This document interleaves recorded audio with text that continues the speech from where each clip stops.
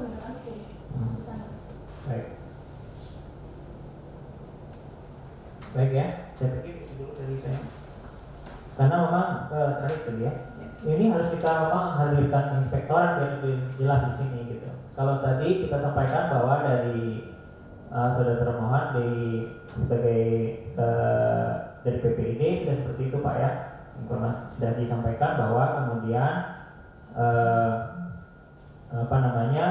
pendapat dari termohon bahwa ini adalah informasi yang dikecualikan sesuai dengan aturan surat keputusan gubernur. Saya pikir makanya tadi sudah dibuka ruang untuk kemudian ada inspektorat di sini supaya apakah kemudian memang ada bisa pendekatan proses yang dilakukan, apa yang diharapkan. Tapi ini kan tidak terjawab kan karena inspektoratnya tidak ada. Terima kasih Ketua Majelis. Baik, terima kasih. Sebelum ini kita lanjutkan.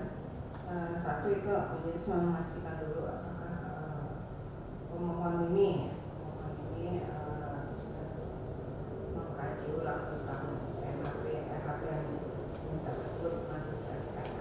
Nah, ini kan ada peluang ini telah mendapatkan informasi itu, ada peluang juga untuk persuasif dengan si termohon. Ya, silakan pada Majelis. Baik, terima kasih Ketua.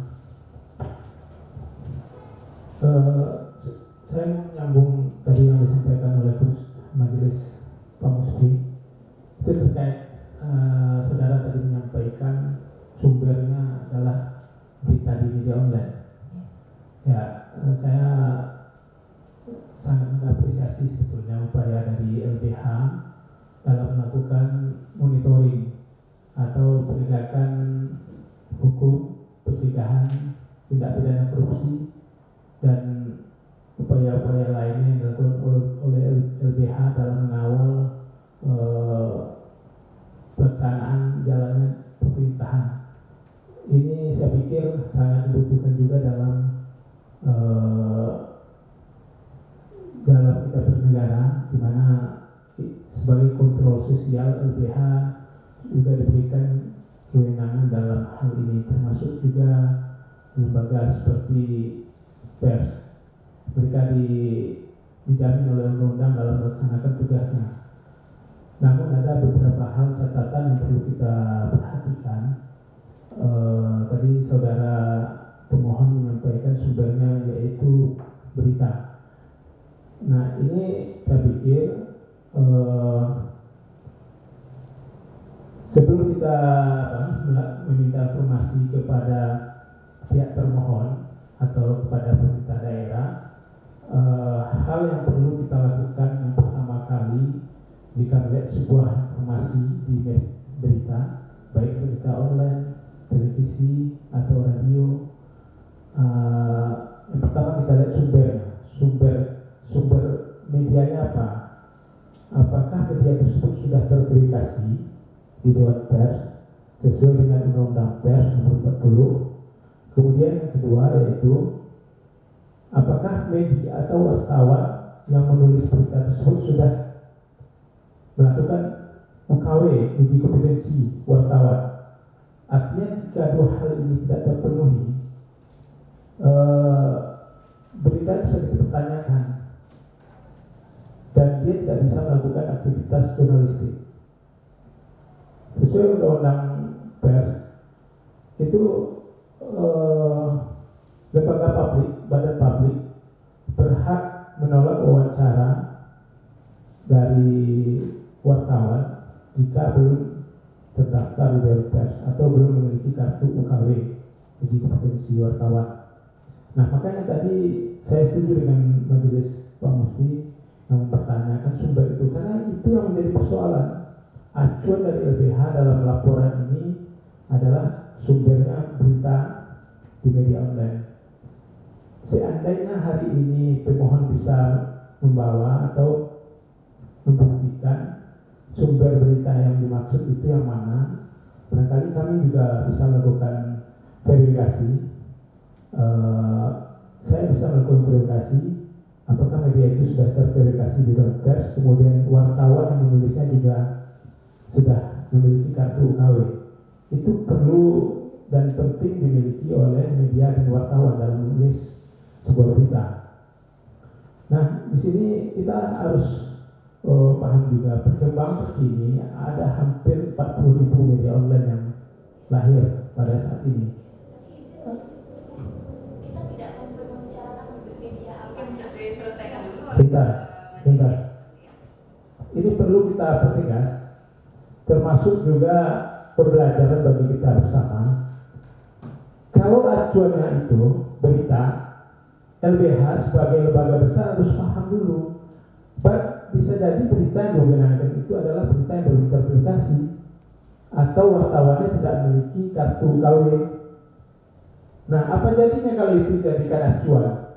Saat ini banyak wartawan bodrek, banyak media abal-abal, makanya itu penting. Kalau seandainya itu ada di print hari ini, kita misalnya medianya terverifikasi, kami di majelis juga bisa melakukan verifikasi terhadap media. Jika sumbernya salah, hari ini langsung kita putuskan. Artinya sumbernya tidak bisa dipertanggungjawabkan. Kita lihat dulu persoalan akar persoalannya itu LBH memperoleh informasi. Sumbernya informasi itu apa? Ketika kita memperoleh informasi, lihat sumbernya. Ini penting karena banyak saat ini berita hoax juga yang beredar. Nah, itu makanya saya tadi juga mau mengejar sana. Jujur, saya berprasangka baik dan apresiasi kepada LBH. Namun tentu tahapan-tahapan yang harus dilakukan juga sesuai dengan aturan main yang ada. Nah, itu sekedar barangkali nanti kalau bisa dihadirkan sumbernya, sumber berita yang dimaksud, saya ingin tahu apa medianya. Karena setahu saya sebagai praktisi media juga, ini saya penasaran juga dengan isu yang diajukan ini, yang diminta informasi ini. Ya, yang kedua saya boleh minta bukti apa yang Anda sampaikan tadi, 3 dasar. Boleh saya minta?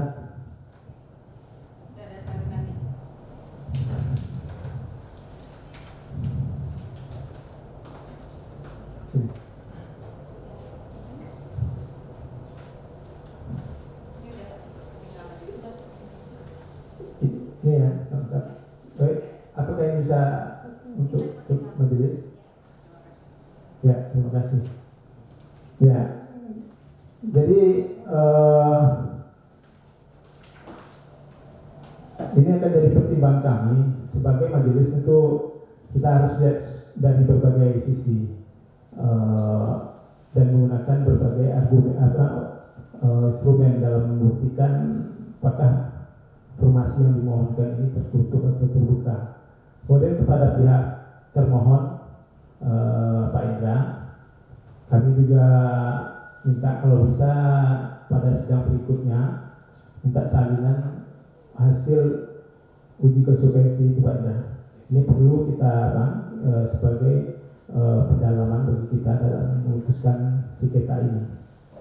Baik, barangkali saja itu. Terima kasih. Jadi pada intinya pemohon majelis menyampaikan bahwasanya kalau mengambil referensi tolong bikin sumbernya, itulah intinya sebenarnya. Dan mungkin saya kira tidak perlu tanggapi seperti yang tadi. Ini bukan terkait dengan mereka, tapi terkait dengan ini gitu. Nah, itu saya kira kita skip saja ya, boleh ya. Ya, saya nanti persilakan sebentar. Jadi intinya jika ada mengambil satu referensi itu mungkin beritanya medianya tanggal sekian, bulan sekian. Kayak tadi kan website, sumbernya website ini loh.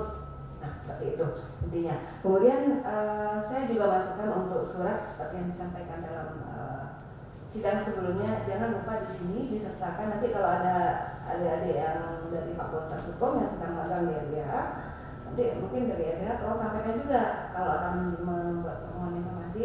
Walaupun ada kop surat, ada nomor telepon, disampaikan juga di belakangnya dengan apa badan publik menyampaikan informasi dalam bentuk apa, ke alamatnya di mana, PIC yang dihubungi siapa.